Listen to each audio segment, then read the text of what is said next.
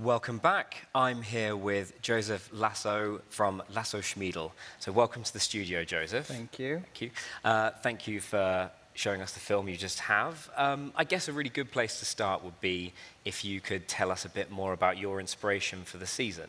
So Spring/Summer 21 collection was actually, it started off from in a bad pub up on the Södermalm here, just like a few 100 meters away.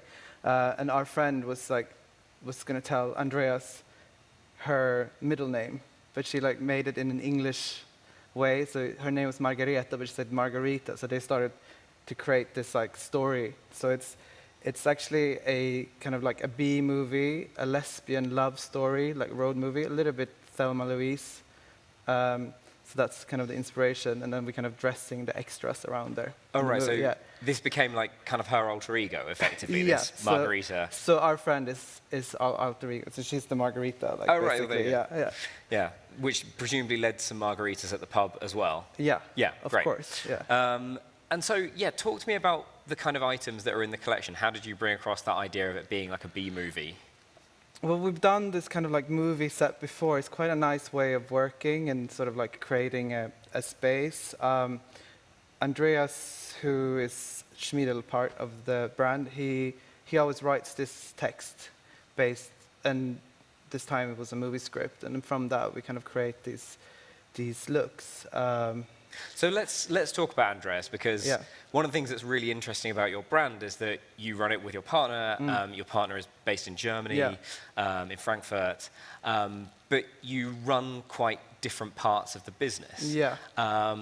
So how do you work together to make Lazoschmidl happen? To answer it simply, we kind of combine our professions.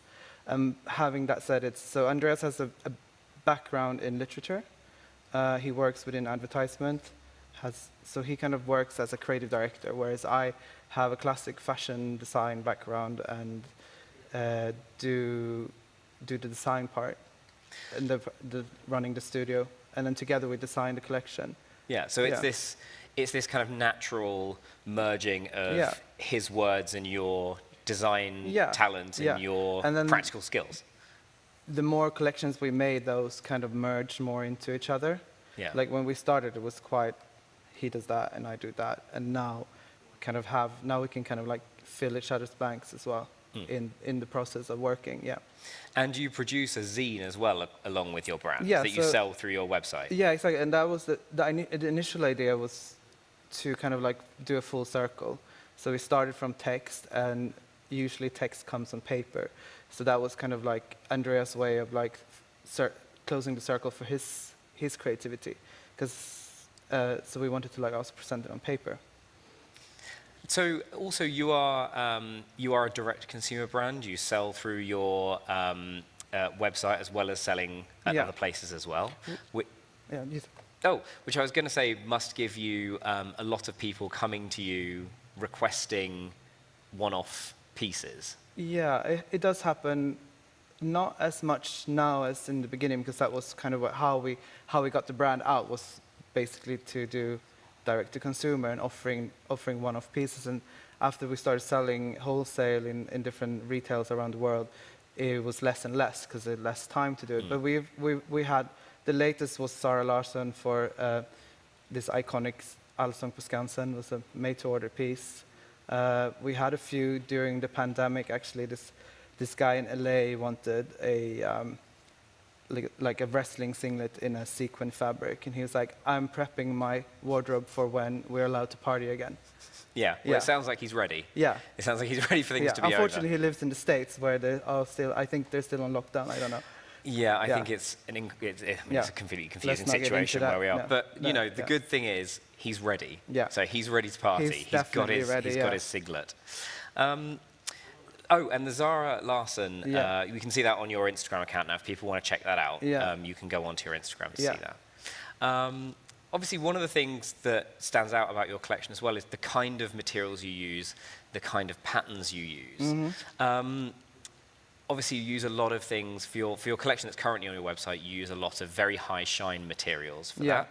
And in this one, we're seeing a lot more patterns. So can you explain to me a bit about the prints that you've designed for this season? So the print, we work closely with a dear friend of mine called Emma Harling. She's a Swedish girl based in New York. So we kind of we give her a brief with the collection concept, and she makes the prints for us. And for this collection, we did a cow print. We did a kind of like a retro diagonal stripe. We did a flower rose print with like bleeding flowers, and it says, "I hate you all." And all the prints are actually printed on swimwear fabric, recycled PET bottles. Yeah. So it's lycra, stretchy, like for Speedos, and there's also the cow print in a woven fabric. So you can basically swim in a shirt and pants if you wanted to. Which is great because, if you're going to swim over here at the moment, it's a bit chilly. Yeah. So you might want to jump in with something on your top half as well as your bottom half. Did I see a couple of like butterflies and things in the collection as well? Yeah, so the butterfly we introduced already at Spring Summer 20, and it was a big hit. It got an appreciation post at Diet Prada. Right. So we kind of felt we wanted to own that. So we did that again, and the butterfly is hand embroidered. It was hand embroidered in India using whatever stock of beads they had in the office at the time, because everything was shut down. And so we placed them on Speedos.